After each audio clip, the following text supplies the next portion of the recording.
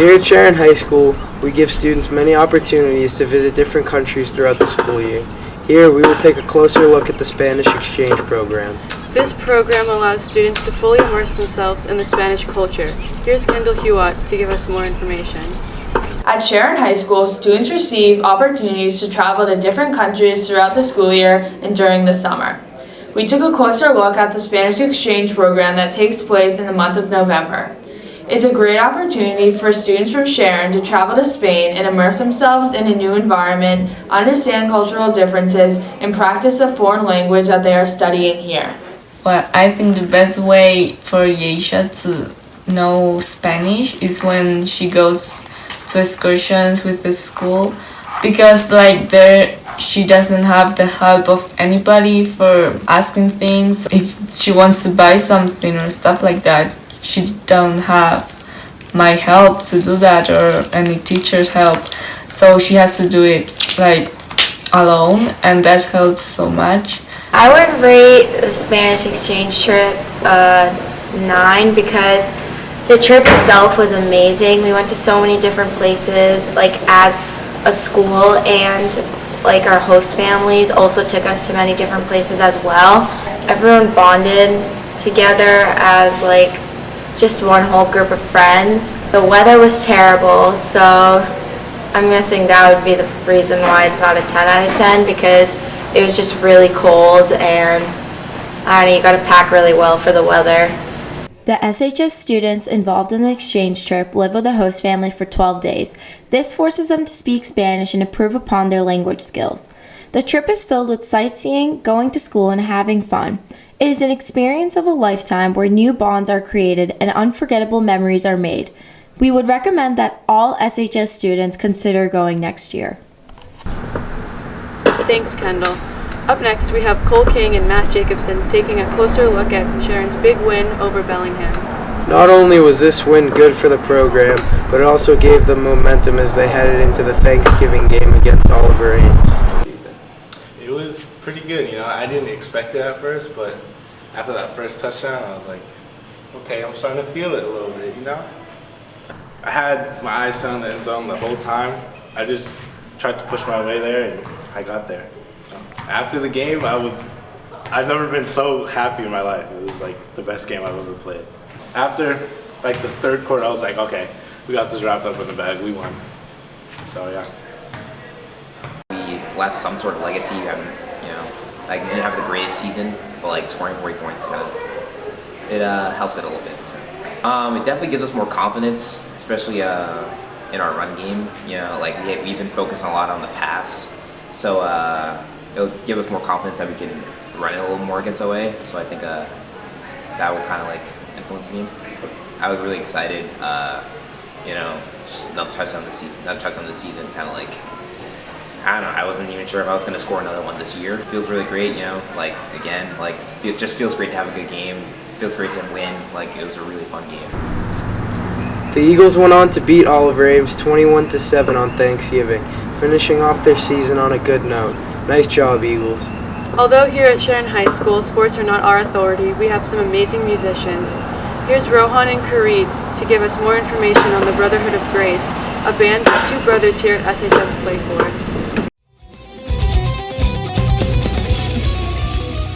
In Sharon, there's a new wave of music coming to town, rock music. Brothers Max and Sam Finkelstein have finally released their long-anticipated album, Brotherhood of Grace. This album was in the works for over 2 years.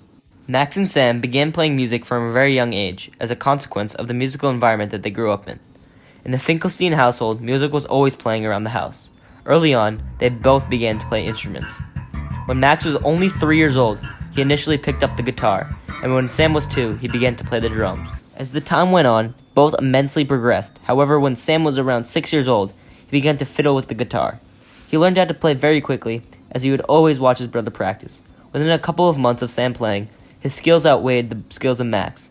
At this point, Max almost gave up on music, until about 3 years later.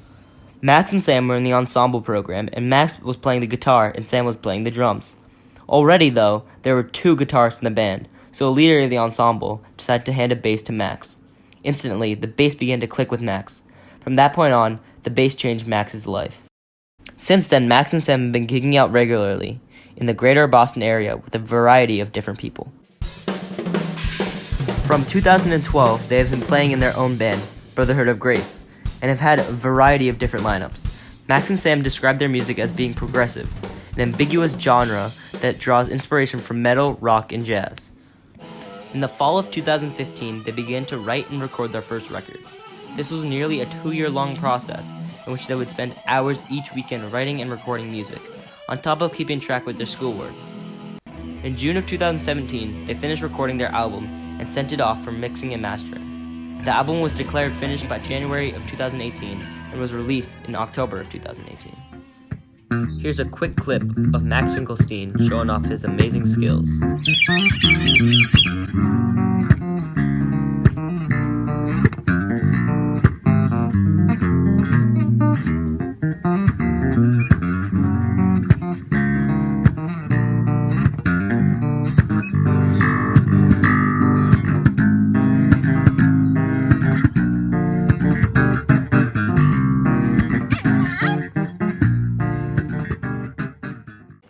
Thank you for watching this week's program on Sharon's next big music group, Brotherhood of Grace.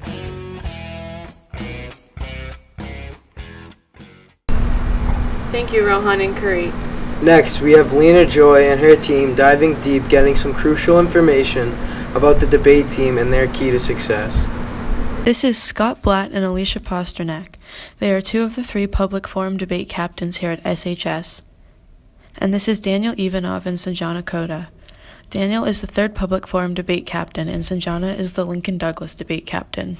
So there are 2 types of debate. There's LD and PF. So we're both PF captains, and that is a partnership. And I think we have maybe like 16 people on PF. Yeah, I would say 16 probably involved and a couple more stragglers. And then on LD, I'm not exactly sure. I would guess somewhere around 6, 8, I don't know.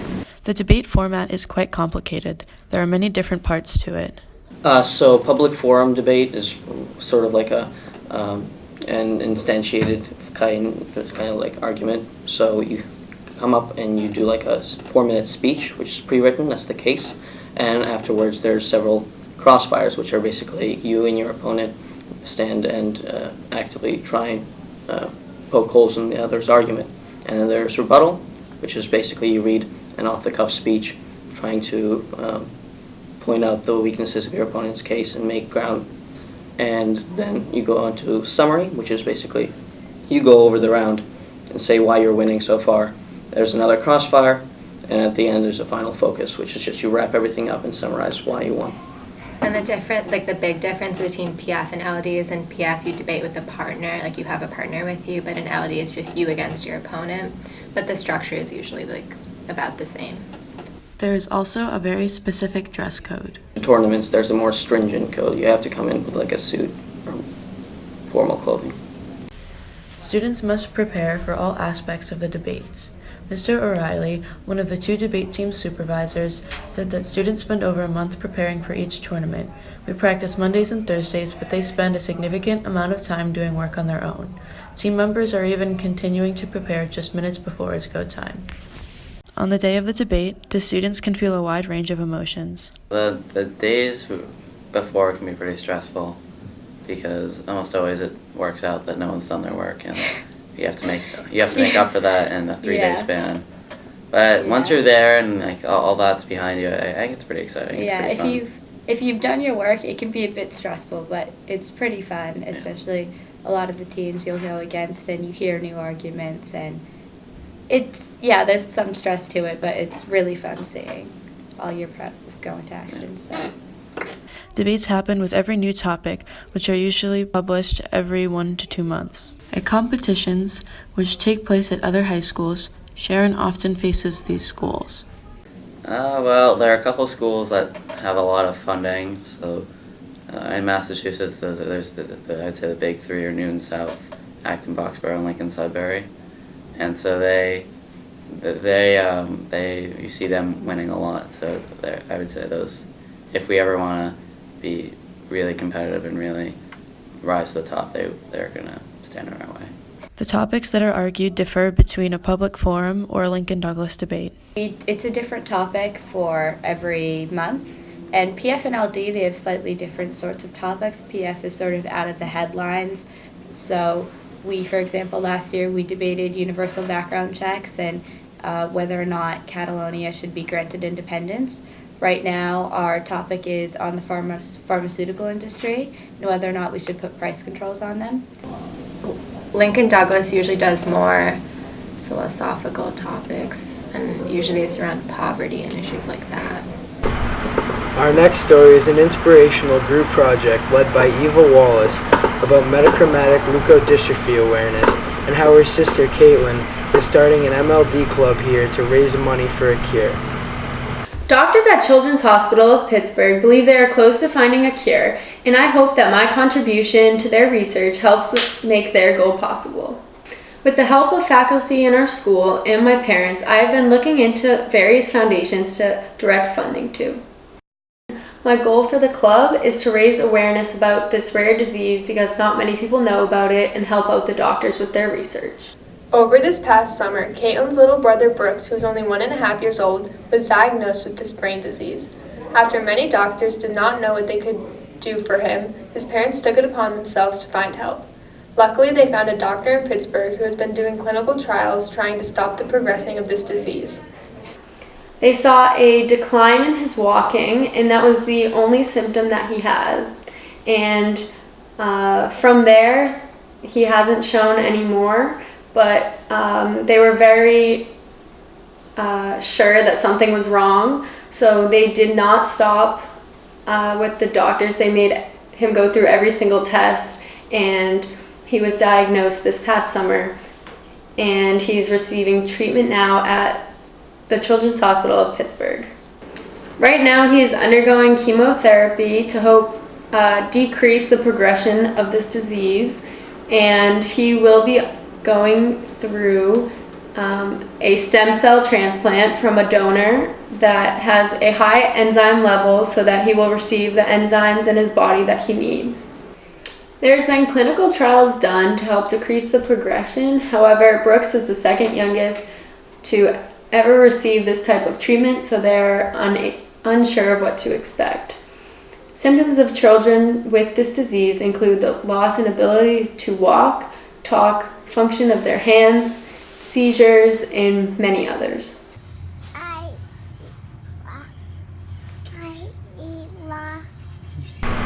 The student council here at SHS works day in and day out trying to make sure that Sharon High is a better place for everyone. Here's Carly and Simona giving us a closer look at how hard they actually work. Freshman formal for the class of 2021 last year was, in most people's opinions, a failure. There were many issues and downfalls all throughout the dance, from stale food to bad music. Sophomores at SHS, including Jessica Kalmowitz, Cole King, and Lena Joy, have strong opinions about the dance last year, and their voices have been heard as student council members are trying to change Semi for the better. On a scale of 1 to 10, I would rate it a 3. The venue itself, it wasn't really decorated. I feel like no one was dancing. The music was not music that we would listen to these days, not music that we can dance to. I don't know, I kind of found that we all got so dressed up for this. We all put so much time and effort into getting ready, finding dates, going with friends, getting so excited for this, and when we all got there, I found that we were all disappointed. Discombobulated because there's not really any organization and didn't really work out that well. A bunch of random things going on. I thought it was really kind of bad, actually. It didn't work out the way that we wanted it to. No one danced. The music that was played wasn't stuff that everyone was really into. A lot of people spent most of their time outside and in the hallways, and everyone was on their phones the whole time, so it wasn't that fun. And as soon as it was 9:30, everyone was gone. The class of 2021 student council is already ahead of the game in making Semi superior than last year's formal. This year, Mukhil Rangaraman went around the cafeteria with a list, asking students what they thought would make Semi better in this upcoming spring. The list is going to be the main component for making sure that sophomore Semi this year is as close to exceptional as possible. I'm using the data that I collected from all the students, and we are going to add them in, such as a photo booth, a better music, better DJ, better snacks, better food, especially pizza when we're buying pizza, or other food preferences. But these are still unconfirmed. For our first meeting this year for planning board, the first thing was what were the problems with formal and how can we make them better. So we're really committed to making semi better. We've learned from the mistakes of formal, and we're gonna not make those mistakes this year for semi. And the whole goal is that the whole overall experience is better. Logistical stuff, ordering food on time. Now we know when to order pizza that's not coming in the day of. We know what kind of things we need to buy. We know how long it'll take to set up. Last time we were here in the school until 6:15 setting up for formal that Friday, and now we know that how much time we need and how we can make it better, so now we won't be here until 6:15 hopefully. In general, we just have a better idea of how to run the whole thing logistically. Even though this year's venue might not change, new additions, including a photo booth, will both better the experience and capture memories all throughout the night. Student Council ensures students of Sharon High School class of 2021 that they will have a fun, entertaining, and enjoyable night this upcoming spring. However, there are some concerns as regards to how Student Council runs things. I feel like when it comes to the big events for our class, they don't really tell anyone what's going on. Like, they don't create polls about themes or anything. Like, I understand that Student Council is the one who's making the decisions, but for everyone else, I mean, I guess it'd be kind of nice to know what's going on with our own events. I wish we had more of a say in like how events were planned or what the theme was or the kind of food that we would get or the decorations.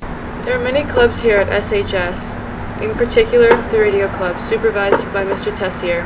Here's Cole and his team to give us more information.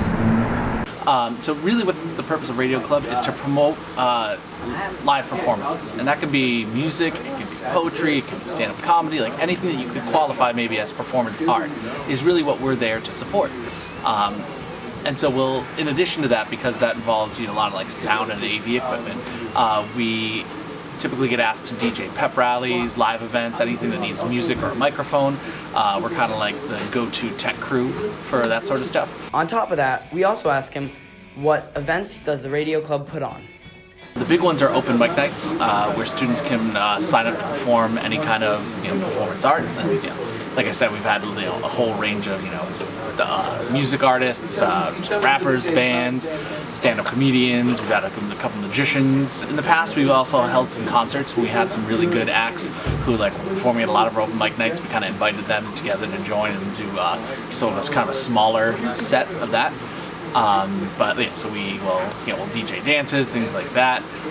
We held one or two of our own dances in the past. Sometimes we do. Something we're trying to get bigger into now as well as karaoke nights.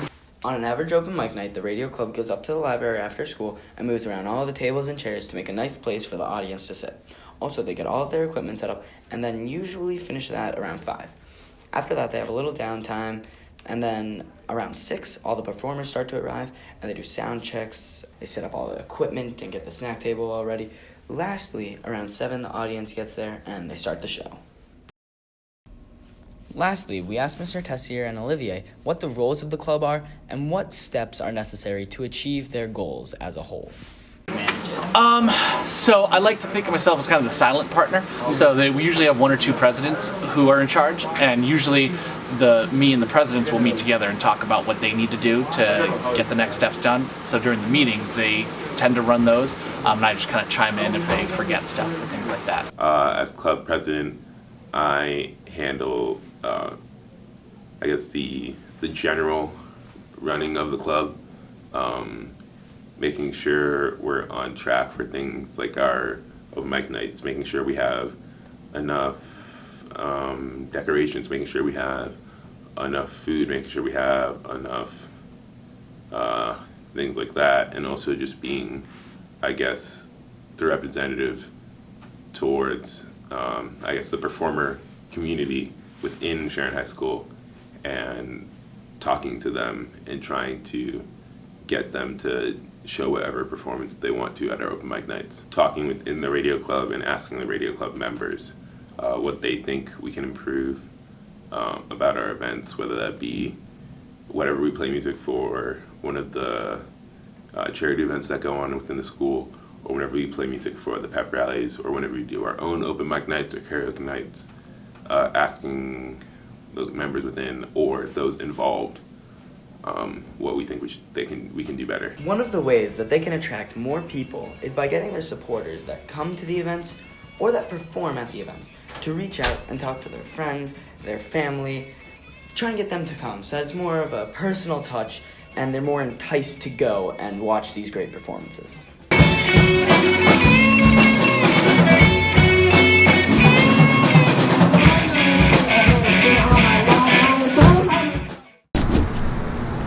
Thanks, Cole.